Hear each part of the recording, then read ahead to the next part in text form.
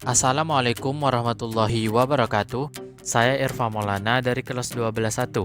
Ini adalah video pembelajaran saya yang membahas tentang peradaban Islam pada masa modern, tepatnya pada benua Eropa dan Amerika, dengan guru pembimbing Bu Rita Oktora. Baiklah, kita langsung ke materi. Saya akan menjelaskan sejarah singkat perkembangan Islam di Eropa. Jadi sejarah perkembangan Islam di Eropa itu bermula dari penaklukan semenanjung Andalusia atau yang disebut sekarang itu Spanyol di bawah pimpinan Tariq bin Ziyad pada tahun 93 Hijriah atau 711 Masehi. Penaklukan ini terjadi pada masa pemerintahan Khalifah Walid bin Abdul Malik pada masa dinasti Umayyah. Untuk itulah, pemerintahan Islam di Eropa mulai berpusat di semenanjung Iberia, Andalusia, mulai tahun 711 Masehi hingga tahun 1492 Masehi. Pada beberapa abad berikutnya, Andalusia kemudian berubah menjadi provinsi yang dibagi-bagi ke dalam sejumlah bagian minor. Salah satunya yang paling dikenal adalah Emirat Granada. Tapi sayangnya Emirat Granada ini menjadi satu-satunya wilayah pemerintahan Muslim di sana hingga harus runtuh akibat jajahan kerajaan Castile, seperti diungkap dari situs Sailor Academy. Runtuhnya Granada ini membuat seluruh umat Islam yang tersisa harus terusir dari daratan Eropa selama abad ke-16 dan awal abad ke-17. Meskipun demikian, jejak kehadiran Muslim di sana masih gagal untuk dihapuskan. Pengusiran ini justru menyebabkan gelombang migrasi dan penyebaran Islam makin meluas. Nah, teman-teman, kemajuan suatu zaman tidak akan terjadi dengan sendirinya. Artinya, segala sesuatu yang terjadi tentu ada faktor-faktor yang memengaruhinya, termasuk perkembangan Islam pada masa modern. Beberapa faktornya adalah: yang pertama, adanya kesenjangan antara Islam dengan Eropa. Kedua, lahirnya berbagai gerakan pemurnian ajaran Islam. Dan yang ketiga, lahirnya gagasan nasionalisme di dunia Islam. Baiklah, kita lanjut ke materi berikutnya, yaitu pusat peradaban Islam di Eropa pada masa modern. Nah, di sini ada 3 negara yang menjadi pusat peradaban Islam di Eropa. Yang pertama yaitu Turki atau Istanbul yang dulunya bernama Bizantium pada masa Kekaisaran Romawi yang kemudian berubah menjadi Konstantinopel. Pada masa kekuasaan Bizantium, bangunan Hagia Sophia berfungsi sebagai gereja. Akan tetapi pada tahun 1453, Sultan Mehmed II berhasil menaklukkan Konstantinopel sehingga dikenal dengan nama Mehmed Al-Fateh atau Mehmed Sang Penakluk. Kemudian negara yang kedua adalah Andalusia atau yang sekarang disebut Spanyol. Penaklukan Andalusia seperti yang sudah dijelaskan sebelumnya berawal dari penaklukan pasukan di bawah pimpinan Tariq bin Ziyad. Ditambah lagi, usai peristiwa keruntuhan keluarga kerajaan Umayyah di Damaskus, Suriah, salah satu keturunan mereka, Abdurrahman, berhasil melarikan diri dan menyusup ke Spanyol. Di sana ia mendirikan kerajaan Bani Umayyah yang mampu berdiri dari 163 sampai 458 Hijriah atau 756 sampai 165 Masehi. Keberadaan Islam di Spanyol seakan menjadi pemicu perkembangan kebudayaan dan peradaban di sana. Di masa itu, Spanyol kemudian menjadi pusat kebudayaan karena berbagai mahasiswa dari belahan dunia menuntut ilmu di sana. Tepatnya di kota Granada, Cordova, Seville, dan Toledo. Di kota-kota ini pula melahirkan para ilmuwan terkemuka seperti Ibnu Bajjah yang merupakan ahli filsafat abad ke-12 dan penafsir karya-karya Aristoteles. Kemudian Ibnu Rushd, seorang ahli bintang sekaligus dokter dan ahli filsafat. Setelah kekuasaan Bani Umayyah di Spanyol berakhir, kekuasaan Islam kemudian digantikan oleh dinasti-dinasti kecil seperti Al-Murabitin, Al-Muhaddas, dan Kerajaan Bani Amar. Di tahun 1975, kelompok pemuda Muslim di Spanyol atau Andalusia kemudian membentuk komunitas masyarakat Muslim di Cordova. Kita lanjut ke negara yang ketiga yaitu Inggris. Masuknya Islam di Inggris juga terlahir dari dampak perkembangan Islam di Spanyol, khususnya sejak pemindahan Universitas Islam Toledo di Spanyol ke Inggris. Di Inggris ada tokoh yang disebut sangat berjasa dalam menyebarkan ilmu pengetahuan agama Islam. Ia adalah Mozarabe yang kemudian mengganti namanya menjadi Petrus Alfonsi. Pada masa itu, perkembangan Islam di Inggris dilakukan setiap hari libur seperti Sabtu dan Minggu. Bahkan mulai banyak berkembang organisasi-organisasi Islam di sana.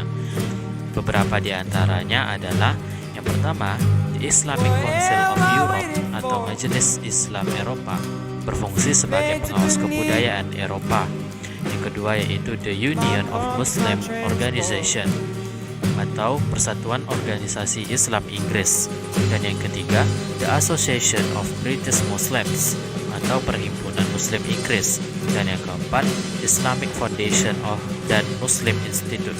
Keduanya bergerak di bidang penelitian, beranggotakan orang-orang Inggris dan imigran.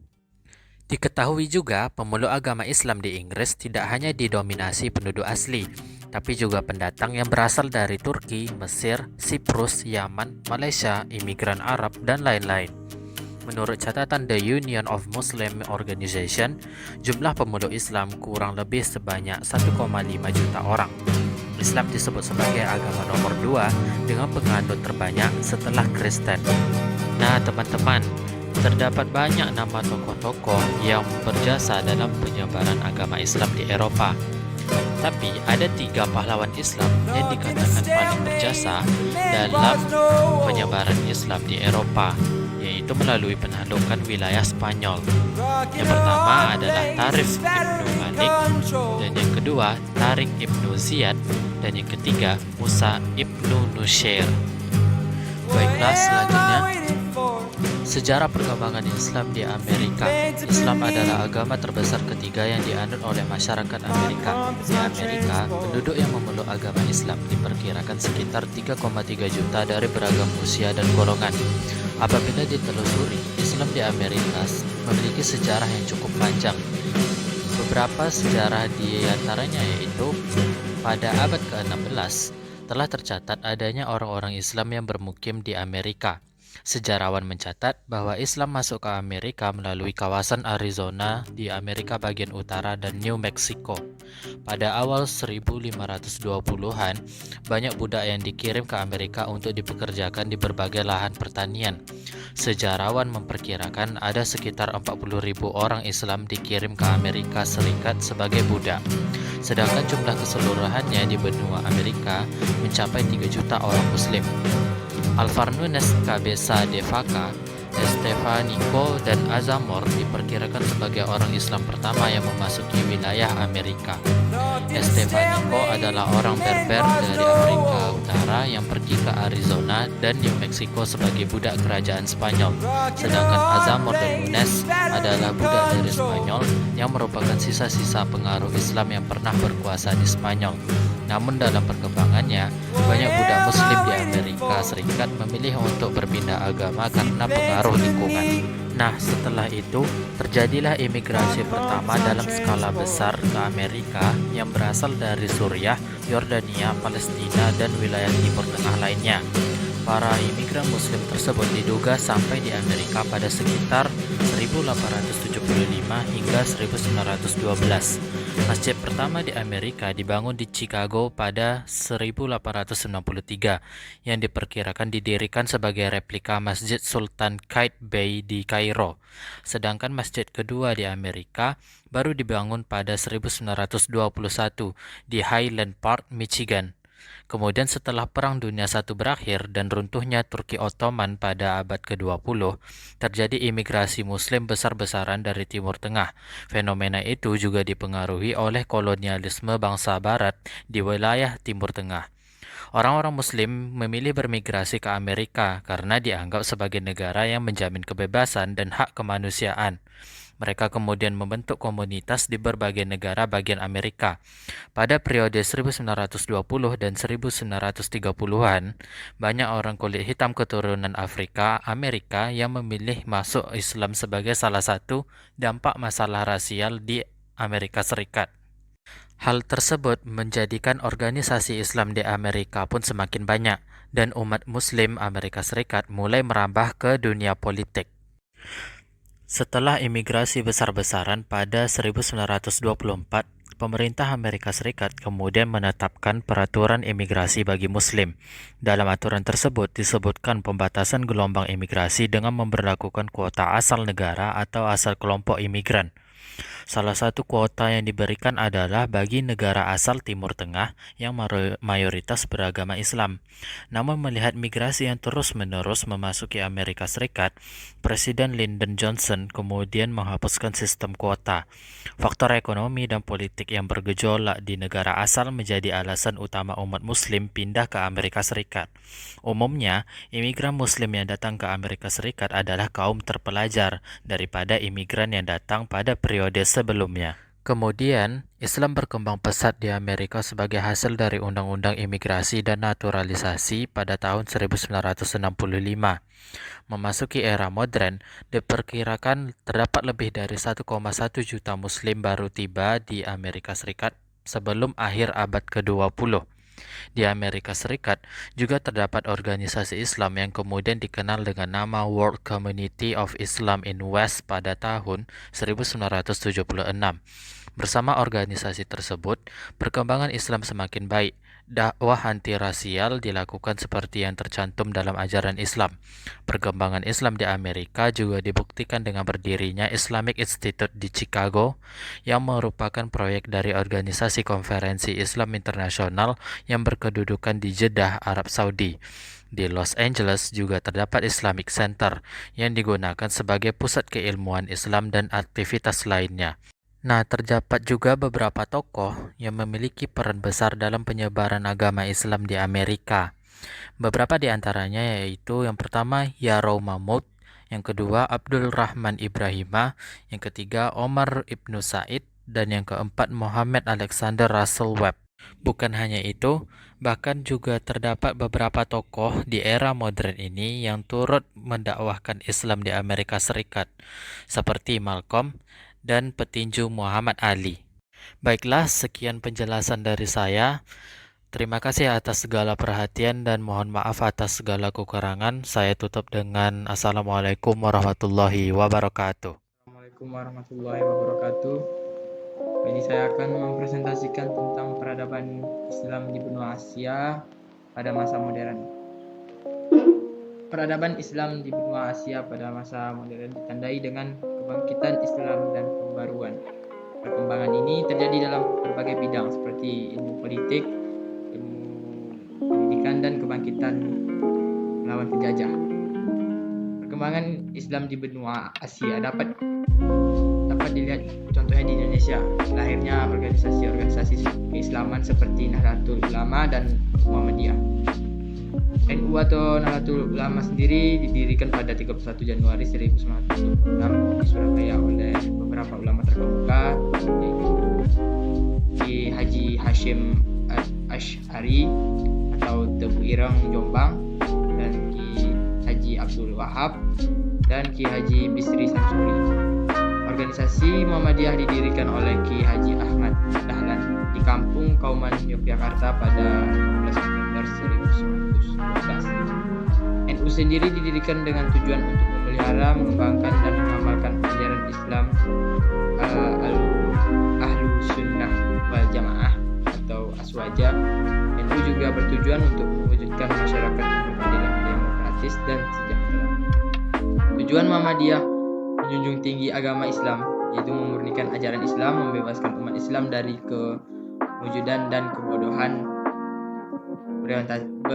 berorientasi pada amal saleh, melakukan perubahan dalam tatanan kehidupan masyarakat agar sesuai ajaran Islam. Di India, Islam di negara India sangat berkembang pesat. Hal itu karena ada banyak kerajaan-kerajaan India yang bercorakkan Islam. Karena kerajaan-kerajaan tersebut, sehingga rakyatnya banyak yang mengikuti dan ikut memeluk agama Islam. Salah satu bukti peninggalan sejarah kerajaan Islam di India adalah Taj Mahal. Selanjutnya, Afghanistan. Islam masuk ke negara Afghanistan karena ekspansi Khalifah Umar bin Khattab pada pemerintahan Utsman bin Affan. Selanjutnya, pengaruh agama Islam mencapai ibu kota Kabul. Karena pengaruh Islam, terdapat banyak ulama yang lahir di Afghanistan.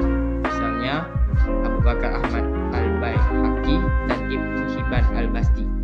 Beberapa keyakinan atau stereotip yang terlalu umum tentang warga Afghanistan dan Muslim yang sering ditemukan di masyarakat mencakup anggapan bahwa semua Muslim adalah teroris, bahwa mereka menindas wanita, atau bahwa mereka tidak toleran terhadap agama lain.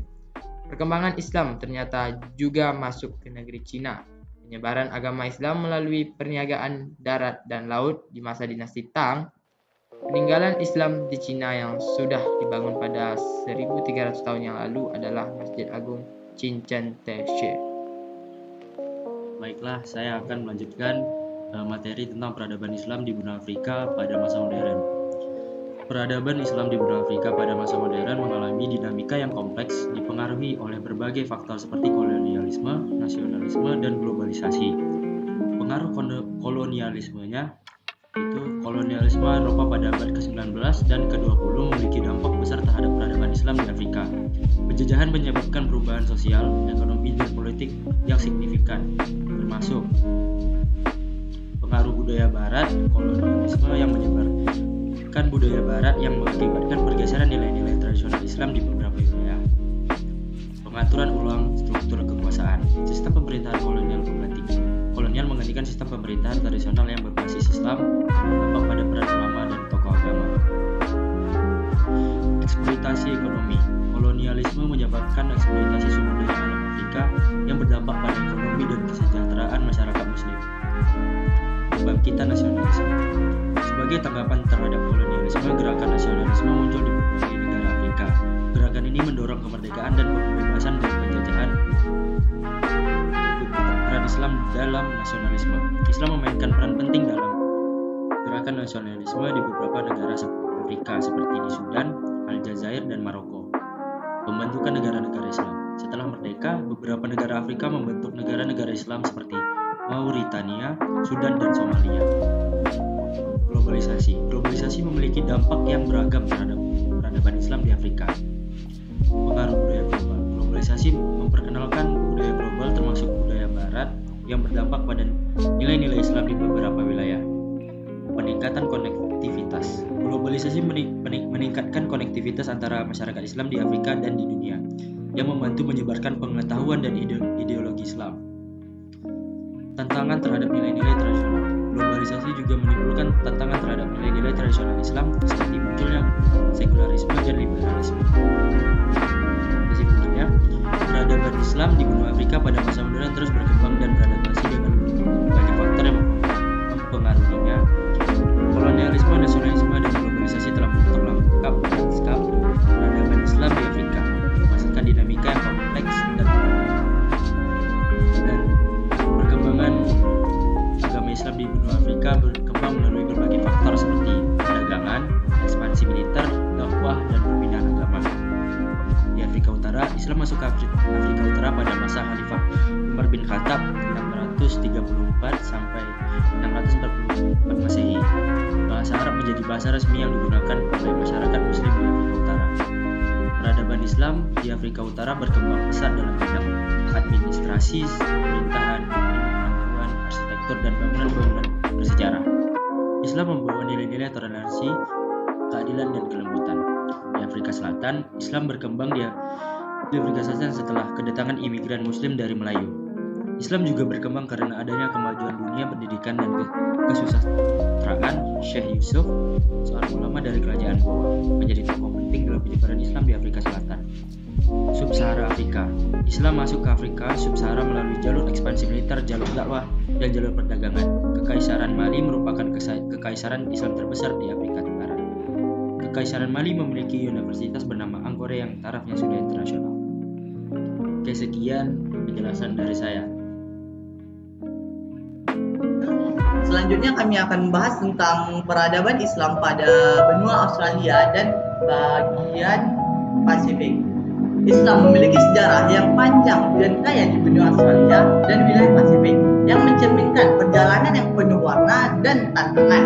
Islam pertama kali diperkenalkan ke Australia oleh para nelayan Makassar dari Indonesia pada abad ke-18 yang berdagang dengan suku aborigin di pesisir utara Australia. nelayan Makassar tidak hanya membawa barang dagangan, tetapi juga agama dan budaya mereka. Mereka memiliki hubungan baik dengan suku aborigin setempat yang terjalin melalui perdagangan dan pemikiran, menciptakan pertukaran budaya yang kaya.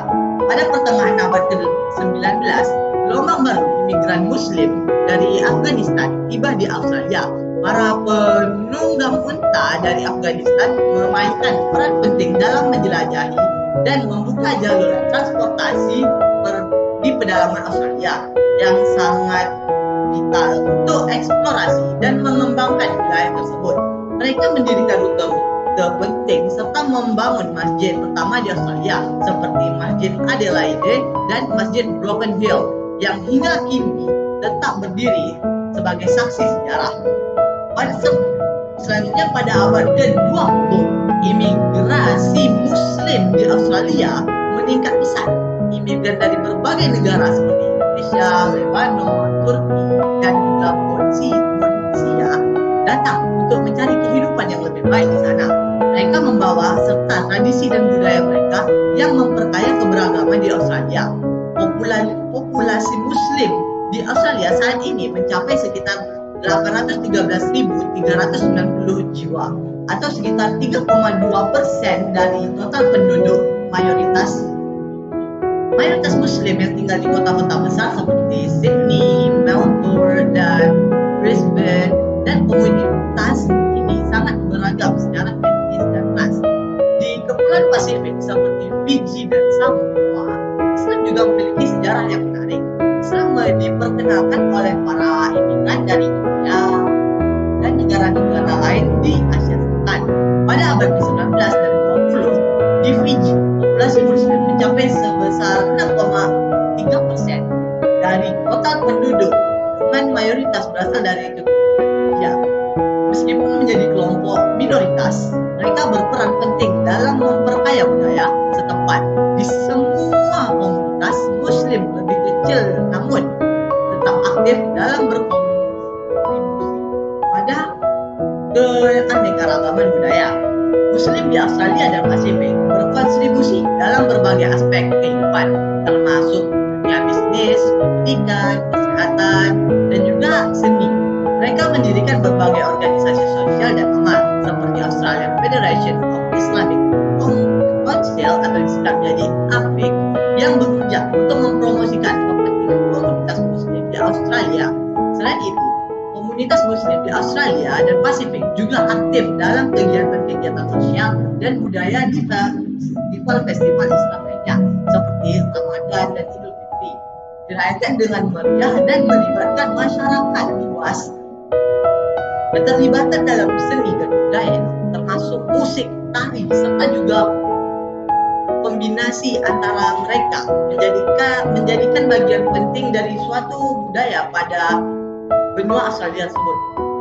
Meskipun menghadapi berbagai tantangan seperti diskriminasi sosial ataupun politik, komunitas Muslim terus berkontribusi dalam berbagai aspek kehidupan dan memperkaya budaya setempat dengan keanekaragaman dan tradisi mereka.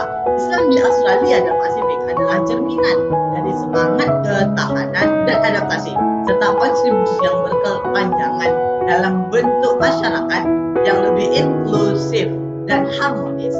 Melalui dialog dan keterlibatan aktif dalam masyarakat, mereka berusaha membangun masa depan yang lebih baik bagi generasi mendatang sambil tetap mempertahankan identitas dan warisan budaya mereka. Dengan semangat persatuan dan keterbukaan, komunitas Muslim di Australia dan Pasifik terus berkembang dan berdampak menjadi bagian integral dari mozaik masyarakat yang lebih luas. Sekian yang dapat kami sampaikan sebagai kelompok. Wabillahi taufiq wal hidayah. Wassalamualaikum warahmatullahi wabarakatuh.